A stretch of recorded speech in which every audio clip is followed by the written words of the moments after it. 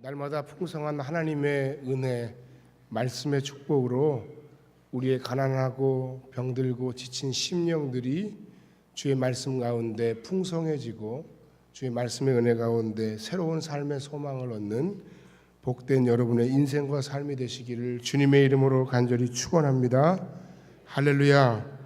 지난 12월 5일에 남아프리카 공화국의 전 대통령인 넬슨 만델라가 95세의 나이로 죽음을 맞이했습니다. 그런데 그의 죽음에 대한 전 세계의 반응은 굉장히 뜨겁습니다. 뜨겁다 못해 누군가는 누군가의 말을 인용해 표현하기를 이 세상 인간 가운데 우리는 가장 위대한 인간을 잃었다라고까지 엄청난 극찬과 더불어 추모의 열기가 이어지고 있다는 겁니다. 왜 그토록 그 넬슨 만델라라고 하는 그 한 인물에 대해서 사람들이 주목하고 왜 그의 삶에 많은 사람들이 감화를 받은 것일까? 그가 비록 철저한 그리스도 예수의 사람이다라는 건 보이지 않지만 그도 역시 기독교 정신의 영향을 받은 건 분명합니다. 그렇지 않고서는 그가 행한 그 모든 일들이 가능하지 않습니다. 그가 기독교 대학을 나온 것도 맞습니다. 그런데 그가 많은 사람들에게 감화를 주고 감동을 준 그의 삶이 우리에게 죽음으로써 웅변적으로 말하고 있는 내용이 있습니다. 도대체 사람들이 왜 그의 삶에 그토록 열광하고 그의 죽음을 애도할까? 그 이유가 있어요. 먼저 그는 환경을 불평하지 않고 극복하기 위해서 그 환경을 극복하기 위해 최선을 다하는 사람입니다. 많은 사람들은 그 환경 때문에 자신의 삶을 원망하고 자신의 삶을 그렇게 만든 사람들을 원망하고 그리고 그곳에서 부정적인 생각과 그냥 투쟁일변도의 삶 가운데 그냥 자기의 삶을 망가뜨리고 마는 경우들이 있는데 그런 모든 삶의 환경들에 저주받을 수밖에 없고 망가질 수밖에 없는 그의 삶의 모든 난관들을 극복해낸 사람이라는 거예요. 남아프리카 공화국의 그 백인 정권 속에서 혹독한 탄압을 경험했습니다. 대학 생활 가운데 경험했다 그럽니다. 그래서 그 백인들의 아파르테이트라고 하는 흑백 차별의 폭압에 맞서서 그가 변호사가 되기로 결심하고 그리고 아프리카 민족회의와 더불어서 그 모든 환경들을 극복하기 위해 최선을 다했습니다. 다음 그는 그와 그의 동족을 힘들게 했던 사람들을 용서하며 하나 되게 한 사람이었다는 거예요. 투쟁한 사람은 많아요. 삶의 환경을 바꾸기 위해서 일한 사람도 많아요. 그런데 바로 그의 인생과 삶이 많은 사람들에게 감화를 일으키고 감동을 주고 그를 위대한 사람으로 사람들이 추앙하는 데는 이유가 있습니다. 무엇입니까? 무려 그 싸움 가운데 그는 27년간이나 로번이라고 하는 섬에서 복역을 합니다. 병과도 싸워야 했습니다. 그 엄청난 핍박과 탄압 속에서 그가 나중에 대통령이 된 이후에 어떤 일을 행했습니까? 진실과 화해위원회를 설치해서 무자비한 정치 보복을 행하기보다는 포용 정책으로 자신들을 힘들게 했던 백인들을 오히려 감싸 안았다는 거예요. 사람들이 그의 포용 정치에 감화를 받은 겁니다. 그리고 재선을 도전하지 않고 도전할 수 있음에도 수많은 인기에도 불구하고 첫 번째 자기의 재임 기간이 마친 후에 권좌에서 내려오는 모습을 그가 보입니다. 여러분, 어떤 폭압 정치에 시달리던 사람들이 정권을 잡은 이후에 이런 포용 정치를 행한 것은 세계 역사에 거의 유례가 없는 일이라는 것에 저는 놀랐습니다. 정말이야? 할 정도로. 그런 일들은 많았을 것 같은데 하지만 세계 역사에 이런 일은 유례가 없는 일이다 라는 얘기에 저는 너무 많이 놀랐습니다.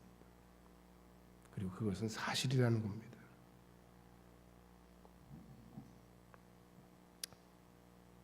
사람들의 마음을 감동시킨 것은 겉으로 드러난 그의 포용 정치만이 아닙니다. 그 사람에 대한 진실한 마음의 용서 그리고 하나됨에 대한 소망을 그가 많은 사람들에게 주었다는 거예요. 그래서 도저히 풀래야 풀 수 없을 것 같은 그 남아프리카 공화국의 그 흑백 문제, 그 풀릴 수 없는 보복의 실타래를 그가 풀어냈다는 거예요. 백인들로부터 존경을 받습니다. 그의 집 앞에는 많은 사람들이 그의 죽음을 애도합니다. 그는 조용한 장례를 원했지만 너무 많은 사람들의 추모에 열기 때문에 국장으로 치를 수밖에 없었다 합니다. 그의 삶을 많은 사람들이 슬퍼하기만 하는 것이 아니라 그의 삶을 기뻐하며 축하하고 있다는 겁니다. 여러분, 그 넬슨 만델라의 그 죽음과 그 삶이 도대체 우리들의 삶과 무슨 상관이 있을까요? 우리들의 삶의 모습은 그야말로 소박하게 그지없지 않습니까? 그는 위대한 사람이라고 하는 반면에 우리는 그냥 너무 보잘것없는 사람들이 아닙니까? 그러나 여러분, 오늘 이 아침에 그렇지 않다는 것을 여러분이 깨닫기를 바랍니다. 여러분은 여러분의 모든 생활 속에서 여러분이 만나는 모든 난관과 모든 어려움들을 과연 불평 없이 극복하려고 애쓰고 노력하고 계십니까? 여러분은 얼마나 주님의 말씀처럼 다른 사람들을 용서하며 살려고 애쓰고 계십니까? 비록 우리는 만델라만큼은 아닐지라도 우리는 우리 각자의 모든 삶 속에서 작지만 그런 도전들 앞에서 그 도전을 이길 수 있는 실천을 행할 수 있는 기회가 주어져 있는 사람들입니다. 용서하고 살 수 있어요. 내게 주어진 난관을 극복하면서 어떻게 하든지 그것을 긍정적인 마음으로 이겨낼 수 있는 실천의 장이 우리의 삶에도 분명 많아요. 그렇게 거창하지 않지만 비록 작은 우리의 부족한 우리의 인생의 삶의 현장 속에서도 그런 감사와 그런 용서는, 그런 도전은 우리에게도 얼마든지 가능하다는 말입니다. 기억합시다. 내가 하는 모든 생각과 삶의 작은 실천이 하나님 보시기에 가장 위대하고 세계적일 수 있다는 사실입니다. 그 생각과 실천이 내 주변을 바꾸고 이 세상을 밝히며 하나님의 나라를 확장해 갈 수 있다는 사실입니다. 우리 성험교회의 작은 선교적 섬김이 저는 한국교회를 살리는 열쇠가 될 것이라 확신합니다. 이 지역을 변화시키는데 뭔가 일조할 수 있으리라 생각합니다. 영혼을 살리며 하나님을 기쁘시게 하는 가장 세계적인 사역이 되는 줄 믿습니다. 비록 대한민국이라고 하는 작은 나라에 분당이라고 하는 작은 소도시의 한 동네에서 행해지는 일일지라도 하나님 앞에서 보면, 하나님 편에서 보면 그것은 굉장히 위대한 일이고 굉장히 의미 있는 일이고 굉장히 세계적인 일이고 하나님의 나라를 위해 유익한 일이라는 사실이에요. 작지만 나의 일상 속에서 뭔가 작은 것에 감사할 줄 알고 그 의미를 찾아가는 것, 저는 여러분 이것이야말로 진정으로 하나님이 기뻐하시는 영적인 삶이다라고 확신합니다. 요란하게 내가 연말이 됐는데 기도원에 올라갔다 와야 되겠어. 좋은 일이에요. 좋은 일, 나쁘다고 얘기 안 해요. 내가 연초가 됐는데 좀 은혜 좀 받고 시작해야 되겠어. 맞는 말씀이에요. 은혜를 받기 위한 좋은 환경과 여건을 찾아가는 것 의미 있는 일입니다. 그러나 여러분의 평소의 모든 생활과 삶 속에서 작은 삶의 현장에서 여러분 하나님을 만나시길 바랍니다. 여러분 하나님이 여러분과 함께 하심을 확신하시기 바랍니다. 그 속에서 하나님의 은혜와 능력으로 여러분의 영적인 삶이 더욱더 풍성해지기를 주의 이름으로 간절히 축원합니다. 할렐루야. 그리고 그 하나님 안에 사는 우리들의 가장 강력한 영적인 힘이 정말 그 평범함 속에서 드러난다는 사실을 많은 사람들에게 드러내고 나타나며 내며 하나님께 영광 돌리는 여러분의 복된 인생이 되길 주의 이름으로 간절히 축원합니다. 나는 너무 보잘것없고 부족한데, 그렇지 않아요. 그러지 마세요. 스스로 그렇게 자꾸 작아지지 마세요. 여러분의 행하는 일은 가장 위대한 일이에요. 세계적인 일이에요. 하나님이 주목하고 계세요. 그런 여러분의 주어진 삶 속에서의 작은 실천과 순전과 난관을 극복하는 모습과 진정한 용서가 2013년 12월에 이 성탄의 여러분의 계절을 더욱더 밝혀갈 줄로 믿습니다. 우리의 일터와 직장, 우리의 사업의 생업의 현장에서 이런 모습들은 먼저 드러나야 되겠습니다. 그곳에서 우리가 하나님의 능력을 체험하고 그곳에서 하나님의 살아계심을 나타내고 그곳에 하나님의 사람으로서의 모든 선한 열매들을, 선한 씨앗을 뿌리는 것, 그 결국 쉬운 일은 아닙니다. 왜냐하면 세상은 과정보다는 실질적 결과를 중요시 여깁니다. 경쟁적이고 투정적입니다. 편법과 불법이 더 정당화되고 적자생존과 파워게임이 자연스러운 곳입니다. 그러나 그곳에서 하나님의 살아계심을 믿는 우리들의 삶의 모습은 과연 어떠해야 되는 것입니까? 그곳에서 하나님의 살아계심을, 하나님의 말씀 안에서의 순종을 우리가 드러내는 삶이 결코 쉽지 않습니다. 사업을 해도 마찬가지, 우리 가정생활에서도 마찬가지. 제가 목회를 해보니까 목회 현장도 마찬가지예요. 심지어는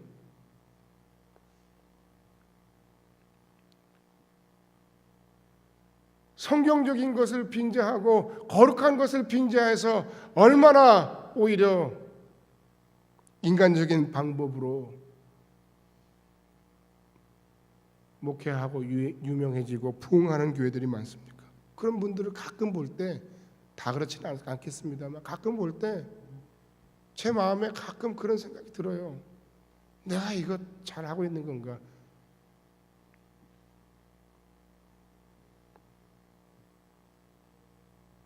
큰 도전이, 그런 난관이 우리에게 있습니다. 그러나 그 가운데도 우리는 불평하지 말고 감사해야 합니다. 그 가운데도 그래서도 우리는 이해하며 배려하며 용서해야 합니다. 그 가운데서도 우리는 말씀대로 살아가며 하나님의 뜻을 성취하기 위해 우리가 최선을 다해야 합니다. 성경은 우리에게 그 도전을 포기하지 말라고 권면하고 있습니다. 그렇기 때문에 우리는 우리의 일터, 우리의 가정, 우리의 모든 사역의 현장을 따로 구분하지 말고 내가 어디에서 무엇을 하든지 그것이 하나님의 일이 되도록, 그것이 하나님의 영광을 위해 쓰임받는 일이 되도록 우리는 최선을 다해야 합니다. 할렐루야. 그 하나님의 일과 관련해서, 그 우리의 일과 관련해서 성경이 우리에게 말씀하시는 하나님의 지혜가 있습니다. 우리가 어떻게 하면 그 수많은 어려움과 도전과 난관 속에서도 불평하지 않고 감사하며 그 하나님의 일들을 감당할 수 있을까요? 우리가 어떻게 하면 그 세상의 그 무자비함 속에서 내가 비록 손해를 볼지라도 그 일 가운데 하나님의 능력과 은혜를 선포하는 삶을 살 수 있을까요? 그 우리의 일들에 관한 하나님의 지혜의 말씀이 있습니다. 첫 번째, 우리는 하나님을 확신해야 합니다. 할렐루야. 하나님의 살아계심을 확신하는 여러분이 되길 바랍니다. 하나님의 함께하심을 확신하는 여러분이 되길 바랍니다. 하나님의 기도의 응답과 능력 주심을 확신하는 여러분들이 되길 바랍니다. 하나님의 신실하고 선하신 인도하심, 실패하지 않은 인도하심을 확신하는 여러분들이 되길 주의 이름으로 간절히 축원합니다. 할렐루야. 바로 여기에서부터 시작해야 합니다. 마태복음 6장 25절 이하의 말씀을 보면 뭐라 그랬습니까? 너희가 무엇을 먹을까, 무엇을 마실까, 무엇을 입을까 염려하지 마라. 이는 세상 사람들이 하는 거다. 공중의 새를 봐라. 일하지도 않지만 하나님이 기르신다. 들풀을 봐라. 들의 백합화를 봐라. 솔로몬의 입은 옷도 저 들꽃 하나만 못하다. 하물며 너희일까 보냐. 너희는 이 모든 것, 공중의 새, 들의 풀, 백합화보다 더 귀한 존재들이다. 할렐루야. 누가복음 11장 11절 이하의 말씀에 보면 너희 중에 아비된 자로서 아들이 생선을 달라 하는데 뱀을 주며 알을 달라 하는데 전갈을 주겠느냐. 너희가 악할지라도 자식에게 좋은 것을 줄 알거든. 하물며 너희 하늘 아버지께서 구하는 자에게 성령을 주시지 않겠느냐. 신명기 8장 18장에 보면 하나님 여호와를 기억하라. 그가 내게 재물 얻을 능력을 주셨습니다. 내가 하는 게 아니에요. 하나님이 하시는 거예요. 하나님으로 인해 우리는 감당할 수 있어요. 하나님의 능력으로 우리가 이길 수 있는 거예요. 세상의 그 모든 그 세상의 일들이 어떻게 하나님의 일이 되게 하고 세상의 가치를 어떻게 하나님의 말씀의 가치로 이기며 세상의 그 작은 손해에도 불구하고 내가 어떻게 하나님의 승리를 확신하며 순종할 수 있는가? 하나님이죠. 하나님이 나와 함께 하시고 나를 붙드시며 내 기도에 응답하시고 내게 능력 주시고 내 삶을 신실하게 인도하신다는 그 확신, 하나님에 대한 그 확신, 그 확신을 가지는 것이야말로 우리의 모든 세상 속에서의 삶 가운데 가져야 할 첫 번째 지혜라는 거예요. 두 번째 지혜는 우리가 감당하는 모든 일에 올바른 동기를 제대로 소유해야 합니다. 여러분이 일하는 이유와 동기는 무엇입니까? 우리는 때때로 종종 인류의 조상 아담에게서 그 노동의 기원을 찾곤 합니다. 창세기 3장 17절 이하에 보면 아담과 하와가 범죄한 이후에 하나님이 이렇게 말씀하십니다. 땅은 너로 말미암아 저주를 받고 너는 내 평생에 수고하여야 그 소산을 먹으리라. 여러분 이러니까 얼마나 우리의 일이 피곤하고 여러분 이러니까 우리의 일이 얼마나 고통스러워요. 죄로 말미암아 감당하는 일이에요. 죽지 못해 감당하는 일이에요. 그럼 얼마나 괴로워요. 하지만 우리가 감당하는 일은요 사실 죄의 결과가 아니에요. 왜 그런 줄 아세요? 성경적인 가르침 말씀에 의하면 그 모든 일은 창조 이전부터 있었다는 거고 하나님도 일하셨고 그리고 하나님께서 아담과 하와를 에덴 동산에 창조하신 이후에 아담과 하와가 일을 안 했을까요? 에덴 동산에서 그냥 피둥피둥 그냥 먹고 놀고 그냥 했을까요? 아니라는 거예요. 하나님이 아담에게 일을 주십니다. 그 가장 먼저 한 일은 뭡니까? 세상에 있는 모든 동산에서 그 모든 만물들에 대한 이름을 지은 거예요. 그게 쉬울 것 같죠? 이름 짓기가 쉬워요? 예? 우리 장로님 손자를 봤을 때 그 이름을 짓는데 누가 졌는지 잘 모르지만 쉬우셨습니까? 아닐 것 같아요. 아니에요. 창세기 1장 28절에 의하니까 생육하고 번성하여 땅에 충만하라. 하나님은 그 에덴 동산을 더 하나님의 영광이 드러나도록 만드는 동산이 되도록 아담에게 일을 명하셨어요. 그러니까 죄 때문에 오는 이 일을 지긋지긋해 하는 건 하나님 안에서 일하는 바른 동기가 아니라는 거예요. 그건 지혜가 아니에요. 하나님이 우리에게 주신 올바른 일의 동기는 뭐냐? 성경적인 동기 세 가지가 있는데 그게 뭐냐면 짧게 얘기합니다. 첫 번째는 삶의 필요를 공급하기 위한 동기입니다. 바울이 데살로니가 후서 3장 10절에 누구든지 일하기 싫거든 먹지도 말라. 또 디모데 전서 5장 8절에 누구든지 자기 친족 특히 자기 가족을 돌보지 아니하면 믿음을 배반한 자요 불신자보다 더 악하니라. 그러니까 자기 가족을 부양하기 위해 일하는 것 그것이 바로 하나님이 우리에게 주신 첫 번째 일의 동기예요. 그러니까 여러분이 마음에 안 드는 직장, 혹은 여러분의 마음에 안 드는 직장 상사와의 부딪힘, 저는 그걸 죄송하지만 경험해 보지 못했지만 기한 서류를 막 집어 던지고 파일이 날아다니고 그런 가운데서도 오로지 돈을 벌어서 쓸어도 쓸리지 않는 젖은 낙엽처럼 딱 붙어서 가족을 부양하기 위해 일하는 게 아니겠습니까? 그런데 그 일을 마지못해 하면 되겠습니까?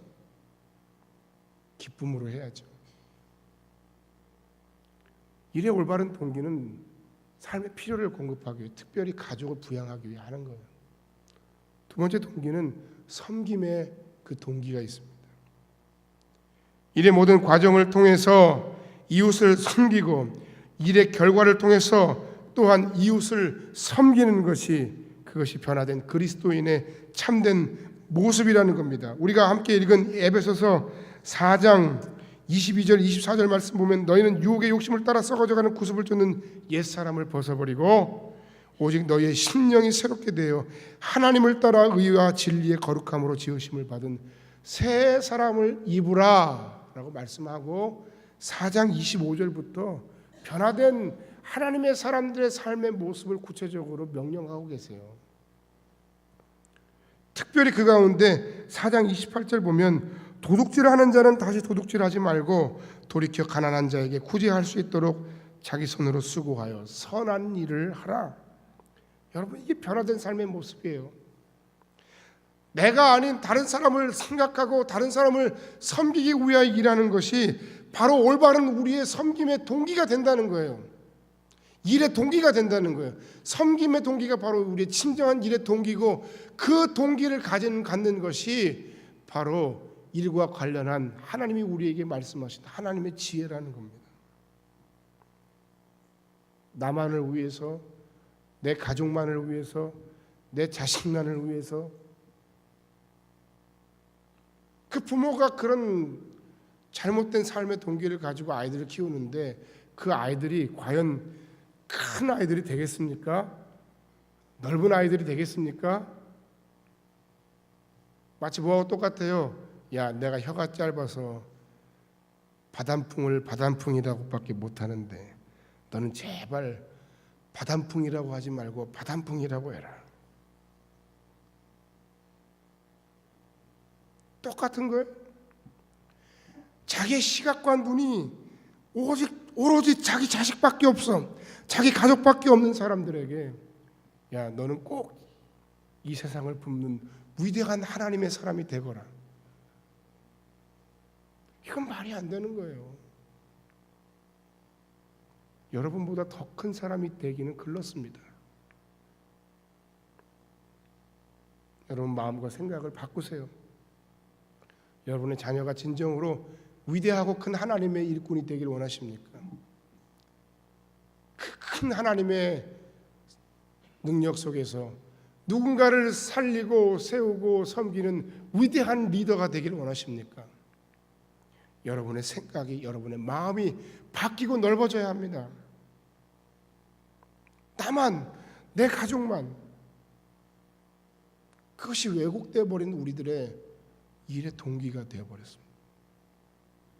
제가 얘기했죠.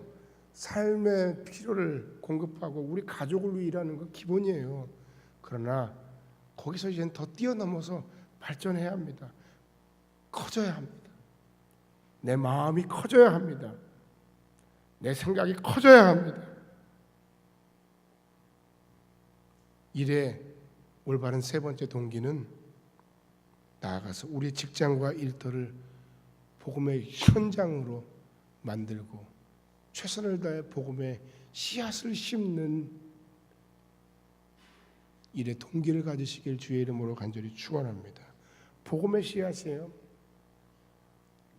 우리의 문화선교가 주님의 사랑의 정신으로 누군가 최선을 다해 누군가를 섬기는 건데 때때로 지칠 때가 있어요. 내가 지금 뭐 하고 있는 거지?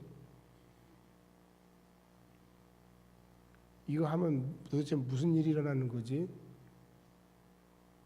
그 왜 그래요? 여러분의 사역의 동기가 바르지 않기 때문에 그래요. 그게 지치는 거예요. 심지어 주변에 있는 사람들이 얘기합니다. 그게 무슨 선교야?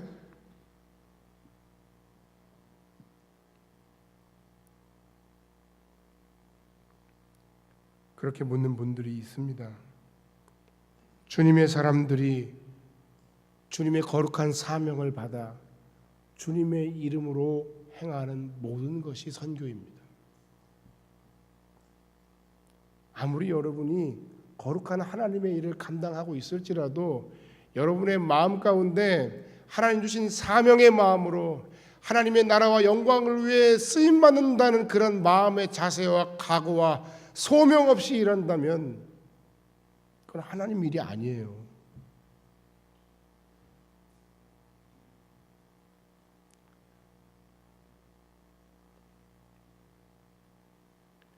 지난주에 말씀드린 것처럼 하나님 우리에게 많은 은혜를 주셨는데 그 주신 은혜들로 우리에게 주어진 우리 주변의 사람들에게 주님의 마음으로 착한 일을 감당하고 그들의 마음과 심령과 삶에 복음의 씨를 뿌리는 겁니다. 그 뿌려진 씨앗이 다 열매 맺지 못해요. 안타깝게도 여러 가지 이유로. 그러나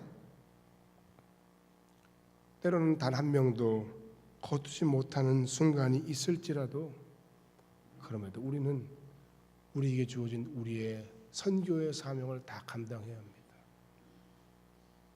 씨앗을 뿌리는 마음으로 감당해야 합니다. 커피 한 잔을 주면서도 이곳에 주님의 당신을 향한 사랑이 있습니다.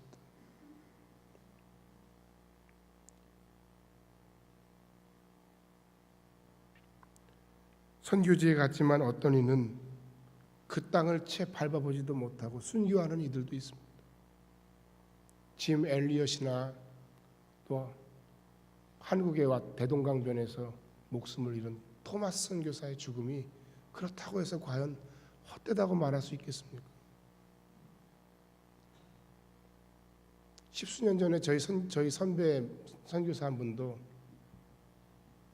아프리카에서 우간다 선교를 위해 갔다가 남아프리카 공화국에서 훈련을 받고 청탐을 하기 위해서 차를 타고 가족과 더불어서 가다가 차가 전복돼가지고 부모는 그 자리에서 죽고 아이들만 살았어요. 어떻게 이런 일이 있나? 얼마나 황당하고 얼마나 가슴 아프고 얼마나 놀랐는지 몰라요. 그러나 거기에도 하나님의 뜻은 있더라고요.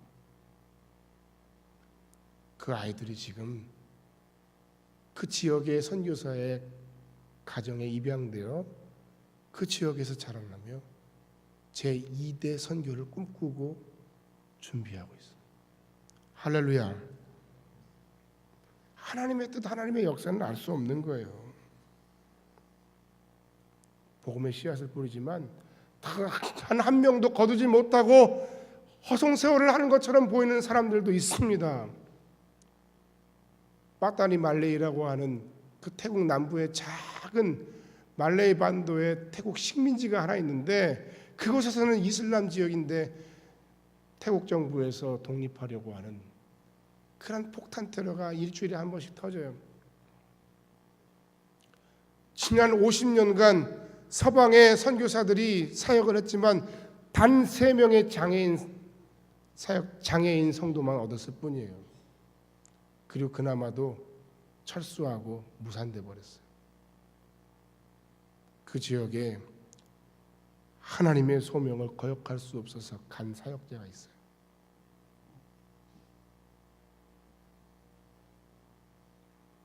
다 실패하고 이곳은 안 된다라고 돌아간 그 지역에 들어가 사역하고 있어요. 단 한 명도 열매가 없습니다. 관계의 열매는 있겠죠. 쉽지가 않아요.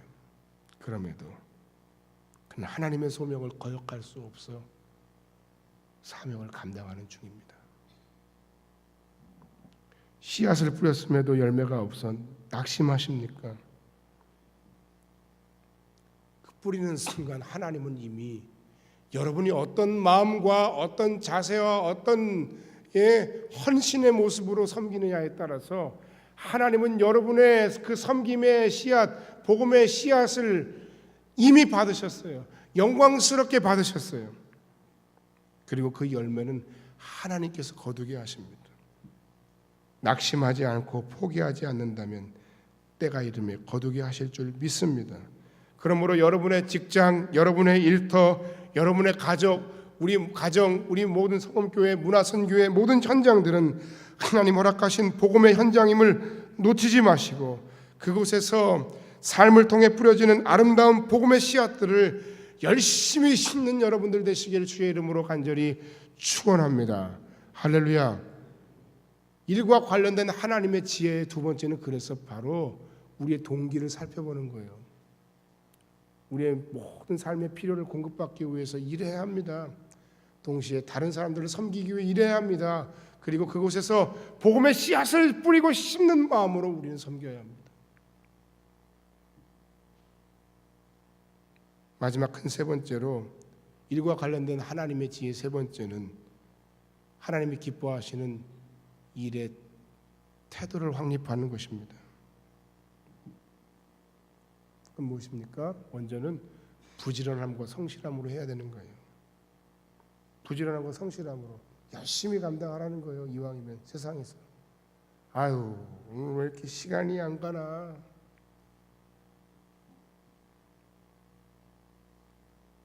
모를 것 같죠? 여러분 부서의 리더들은 정확하게 알고 있습니다. 우리 교회도 삼성에서 일하시는 분들 많던데 거긴 노무 관리가 더 엄청나겠죠? 그냥 놀면서 저기 돈을 벌어가게 하지는 않겠죠. 교육 전문가들의 한결같은 이야기가 있습니다. 상위권 학생과 하위권 학생의 결정적인 차이는 뭐냐?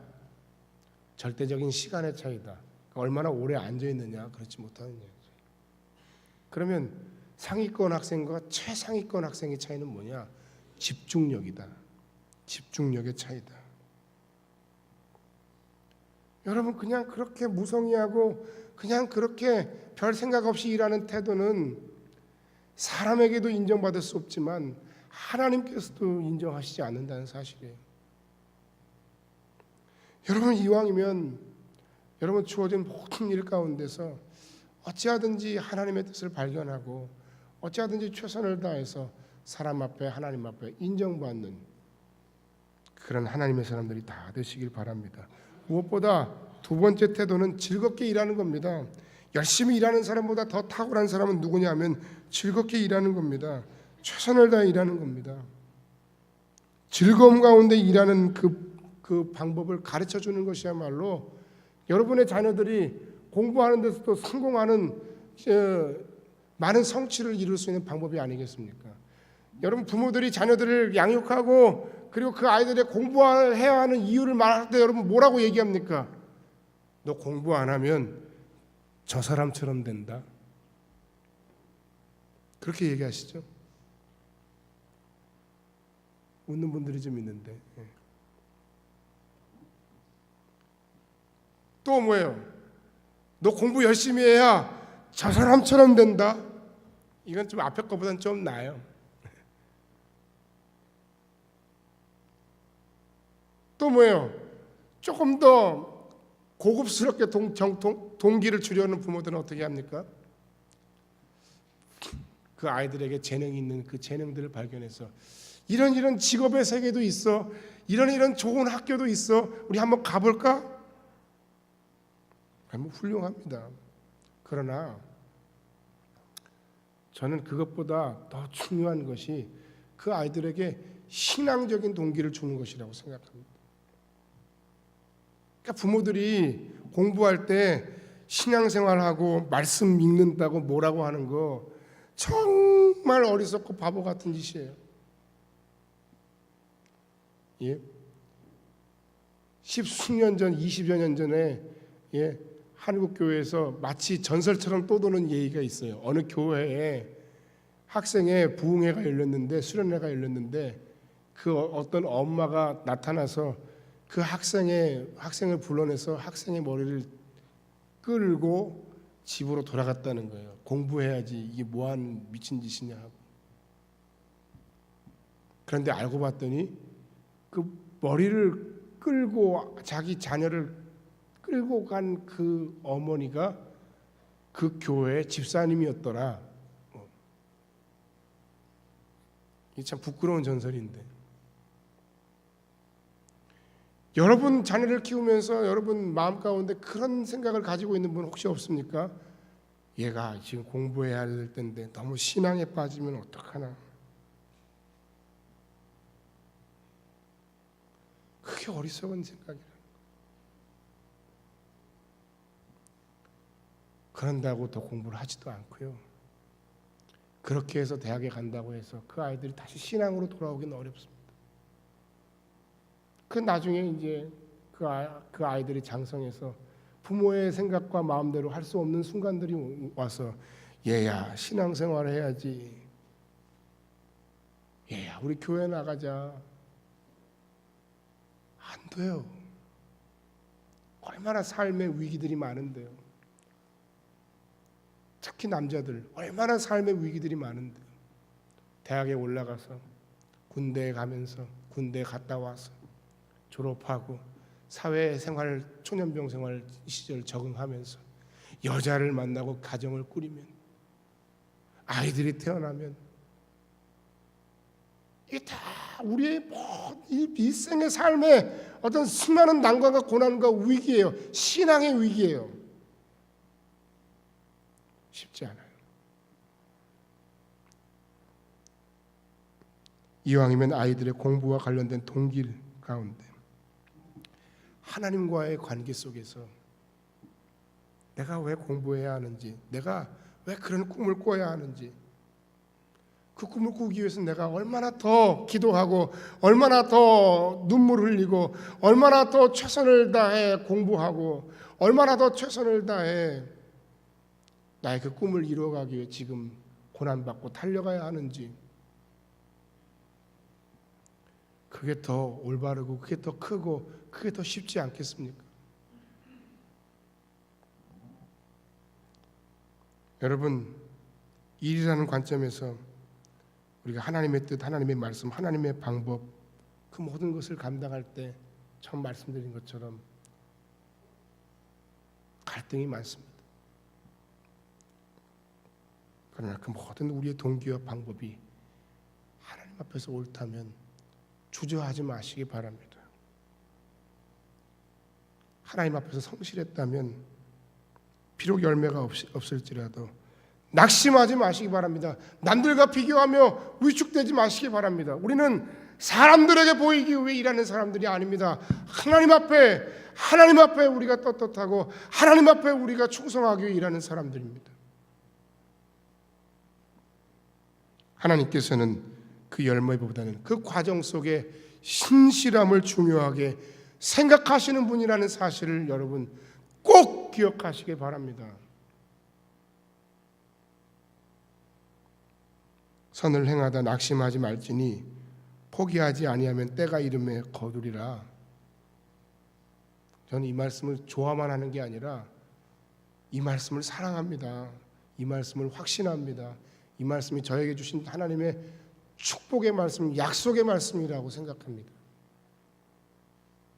열매는 하나님께 맡기고 최선을 다해 즐깁시다. 결론의 말씀을 드리고 말씀을 마칩니다. 여러분이 여러분의 직업, 직장, 사업, 생업의 현장에서 무슨 일을 감당하든지, 여러분이 여러분의 가정에서 어떤 일을 행하든지, 여러분이 여러분의 교회의 모든 사역의 현장에서 어떤 직분을 감당하든지, 그 모든 것이 하나님의 일이 되게 하는 여러분들 되시길 주의 이름으로 간절히 축원합니다. 교회에서 일해도 하나님의 일이 안 될 수 있어요. 반대로 여러분이 세상 가운데 가정 속에서 일해도 그것이 하나님의 일이 되게 하는 방법이 있어요. 뭘까 잘 생각해 보세요.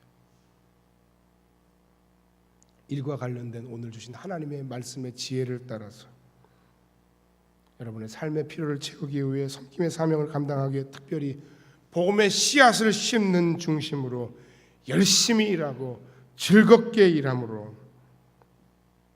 그 모든 여러분의 삶의 현장의 일들이 하나님의 일이 되게 하고 하나님께 영광이 되게 하는 그 거룩한 하나님의 일에, 하나님의 나라에, 하나님의 영광에 동참하며 쓰임받는 인생들이 되시기를 주님의 이름으로 간절히 축원합니다. 특별히 오늘 재직 임명을 받은 여러분, 임명식은 다음 주에 합니다만 하나님 주신 직분이요 사명인 줄 알고 귀하게 여기고 모쪼록 하나님을 기쁘시게 하는 일에 최선을 다해 충성하시기를 주님의 이름으로 간절히 축원합니다. 다 같이 기도하겠습니다.